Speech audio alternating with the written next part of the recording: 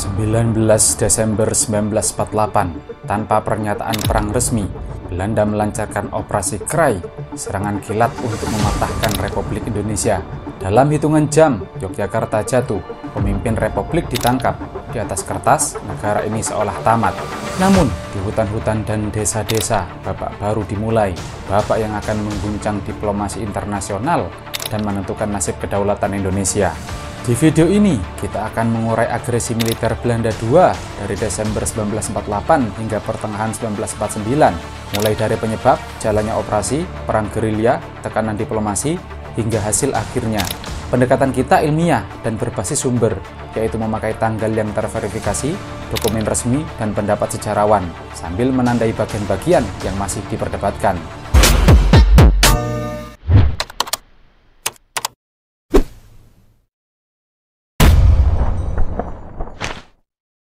Latar singkat dari revolusi ke kebuntuan.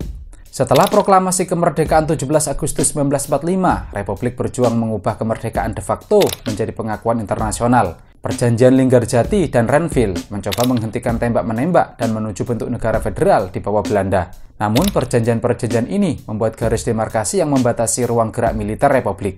Agresi militer Belanda I pada 1947 memperkeruh suasana. Memasuki akhir 1948, ketegangan internal termasuk peristiwa Madiun membuat Belanda menilai Republik lemah. Mereka pun menyiapkan pukulan terakhir.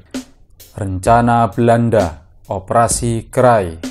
Operasi Krai artinya gagak, dirancang sebagai kampanye singkat dan mematikan, yaitu menangkap pimpinan Republik, menduduki ibu kota Yogyakarta, merebut jalur komunikasi, lalu menyatakan Republik bubar. Belanda yakin tanpa pusat politik dan komando, perlawanan akan runtuh dan Indonesia federal versi mereka bisa segera terbentuk.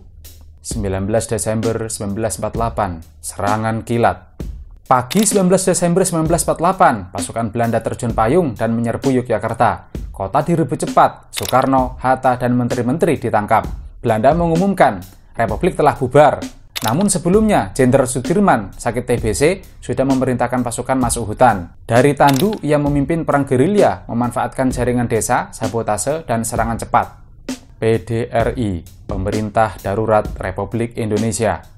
Di Sumatera Barat, Safruddin Prawira Negara membentuk Pemerintah Darurat Republik Indonesia atau PDRI pada Desember 1948. PDRI menjalankan administrasi, propaganda, dan diplomasi. Keberadaan PDRI membatalkan klaim Belanda bahwa Republik sudah tiada dan menjadi bukti kontinuitas negara di mata dunia.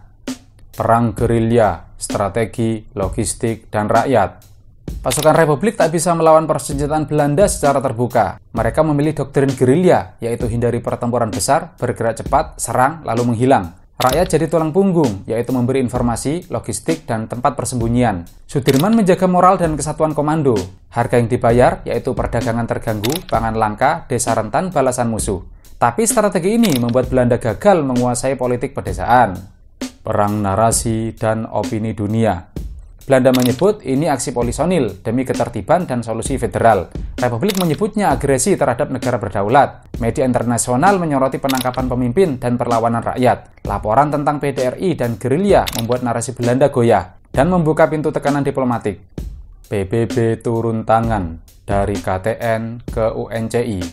Sejak agresi 1, PBB sudah terlibat lewat Komisi 3 Negara atau KTN. Pasca Desember 1948, komisi ini berubah menjadi UNCI, Komisi PBB untuk Indonesia. Resolusi PBB menuntut gencatan senjata, pembebasan tahanan politik, pemulihan pemerintahan Republik, dan negosiasi. Serangan umum 1 Maret 1949. 1 Maret 1949, pasukan Republik melancarkan serangan pagi ke Yogyakarta. Beberapa jam, mereka menguasai sebagian kota, lalu mundur.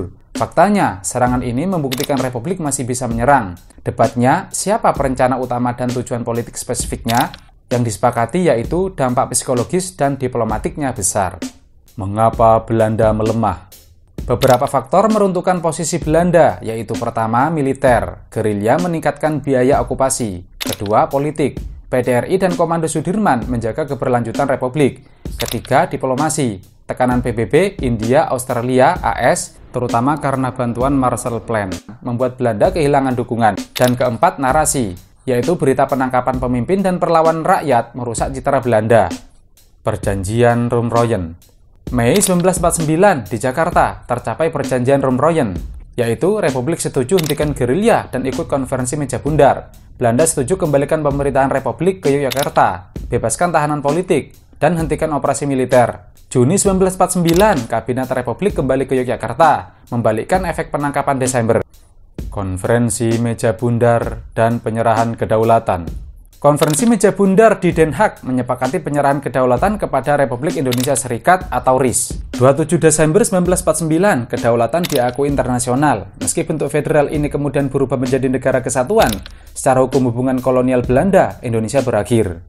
Biaya manusia dan material. Angka korban bervariasi antar sumber, tapi jelas, yaitu rakyat menderita, mengungsi, kelaparan, kehilangan rumah, infrastruktur rusak akibat sabotase dan balasan, keterbatasan data, laporan perang yang tak lengkap, propaganda, dan catatan lokal yang minim membuat kita hanya punya perkiraan, bukan angka pasti. Apa yang berubah akibat agresi 2? Belanda menang kota, tapi kalah di panggung politik. Operasi Krai justru memicu gerilya, menguatkan legitimasi Republik lewat PDRI, dan mempercepat campur tangan dunia. Bagi Indonesia, ini jadi simbol keteguhan bahwa kekalahan di atas kertas bisa dibalik lewat perlawanan rakyat dan diplomasi internasional. Historiografi, kesepakatan dan perdebatan. Yang disepakati yaitu kronologi serangan 19 Desember 1948, pembentukan PDRI, peran UNCI, Romroyen, kembalinya pemerintahan ke Yogyakarta, dan penyerahan kedaulatan. Sedangkan yang diperdebatkan yaitu peran tokoh dalam serangan umum 1 Maret, bobot gerilya versus diplomasi dalam memaksa Belanda mundur, dan makna federalisme dalam konteks 1949. Agresi militer Belanda II adalah studi tentang perang asimetris, keberlangsungan negara di bawah pendudukan, dan peran lembaga internasional dalam dekolonisasi. Bagi Indonesia, ini momen ketika kekalahan berubah jadi pengakuan dalam waktu kurang dari setahun, berkat sinergi perlawanan rakyat, kepemimpinan simbolis, dan diplomasi global. Apa pendapatmu tentang agresi militer Belanda II ini? Tulis di kolom komentar. Sampai jumpa di video berikutnya.